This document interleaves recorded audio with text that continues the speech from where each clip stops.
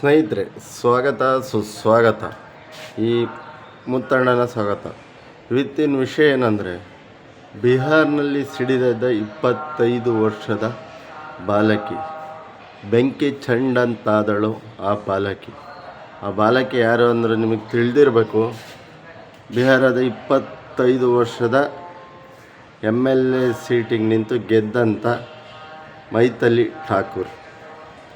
ಏನು ಹೇಳ್ಬೇಕ್ರಿ, ಎಲ್ಲೆಲ್ಲೋ ಆಟ ಆಡ್ಕೊಂಡು ಅಲ್ಲೇನೋ ಟೈಮ್ ಪಾಸ್ ಮಾಡಿಕೊಂಡು ಮತ್ತೊಂದು ಮಾಡೋರು ಜನರ ಮಧ್ಯೆ ಎಲೆಕ್ಷನ್ನಿಗೆ ನಿಲ್ಲಬೇಕು ಅಂಥೇಳಿ ನಿಂತು ಗೆದ್ದು ಹೋರಾಡ್ತಿರೋ ಹುಡುಗಿ ಬಗ್ಗೆ ಹೇಳಲೇಬೇಕು. ಗಟ್ಟಿ ಮನಸ್ಸಿಂದ ನನಗೆ ಆ ಊರಿನ ಹೆಸರು ಏನೋ ಇದೆ, ಅದು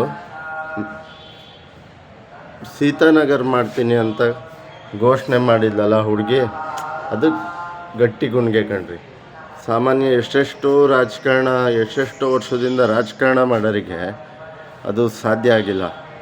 ಆದರೆ ಆ ಹುಡುಗಿ ಗಟ್ಟಿ ಧೈರ್ಯದಿಂದ ಹೇಳಿದಾಳು ನೋಡಿ, ಯಾವುದೇ ಬೆದರಿಕೆಗೆಲ್ಲ ಜಗ್ದಂಗೆ. ಅಥವಾ ನಿಜವಾದ ಒಂದು ಹೆಣ್ತನ, ನಿಜವಾದ ಶಕ್ತಿ, ಮಹಿಳಾ ಶಕ್ತಿ. ಆ ಹುಡುಗಿ ಆದರ್ಶ ಕಣ್ರಿ ನಿಜವಾಗ್ಲೂ. ಈ ವಿಚಾರದಲ್ಲಿ ಹೇಳಬೇಕು ಅಂದರೆ ಯಾವುದೇ ರಾಜ್ಯದಳು ಆಗಿರಲಿ, ಆ ಹುಡುಗಿ ನಿಜವಾಗ್ಲೂ ಆದರ್ಶ ಮಹಿಳೆ ಅವಳು. ನಮ್ಮ ಈ ದೇಶದಲ್ಲಿ ಅಂಥವ್ರು ಕೆಲವರು ಇದ್ದಾರೆ. ವಿಷಯ ಇಷ್ಟೇ, ಮೊನ್ನೆ ವಿಧಾನಸಭೆಯಲ್ಲಿ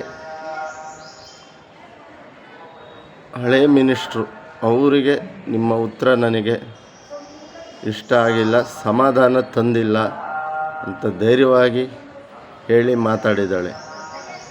ಯಾವುದಕ್ಕೋಸ್ಕರ, ಹಾಸ್ಪಿಟಲ್ ಯಾವುದೋ ಒಂದು ವಿಚಾರಕ್ಕೋಸ್ಕರ ಆ ಹುಡುಗಿ ತಮ್ಮದೇ ಪಕ್ಷದ ಶಾಸಕರ ವಿರುದ್ಧ ಸಿಡಿದೆದ್ದಿದ್ದಾಳೆ. ಇಂಥ ಒಳ್ಳೆಯ ಕೆಲಸ ಮಾಡಿದ್ದಾಳೆ ಅಂದರೆ ತುಂಬ ಖುಷಿ ಆಯ್ತು ಆ ಸುದ್ದಿ ನೋಡಿ.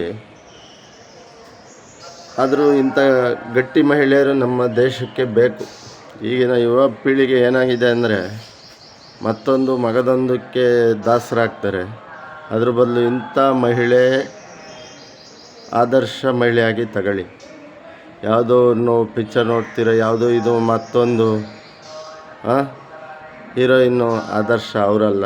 ಇಂಥವ್ರು ನಮ್ಮ ದೇಶ, ನಮ್ಮ ರಾಜ್ಯಕ್ಕೋಸ್ಕರ ಹೋರಾಡೋ ಅಂಥ ಮಹಿಳೆ ಇವ್ರನ್ನ ಆದರ್ಶವಾಗಿ ತಗೋಬೇಕು. ಇವರು ನಿಮಗೆ ನಿಜವಾದ ಆದರ್ಶ ಮಹಿಳೆ, ಬೇರೆ ಯಾರೂ ಅಲ್ಲ.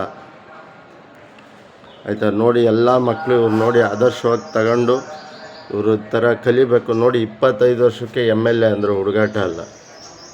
ಹೋರಾಟ ಮಾಡಿ ಆ ತಾಯಿ ಆಗಿದ್ದಾಳಲ್ಲ, ಆ ತಾಯಿಗೊಂದು ಸಲ್ಯೂಟ್. ಜೈ ಶ್ರೀರಾಮ್, ಜೈ ಜಗನ್ನಾಥ್, ಜೈ ಸಂಗೊಳ್ಳಿ ರಾಯಣ್ಣ, ಜೈ ಕೇರಳಮ್ಮ.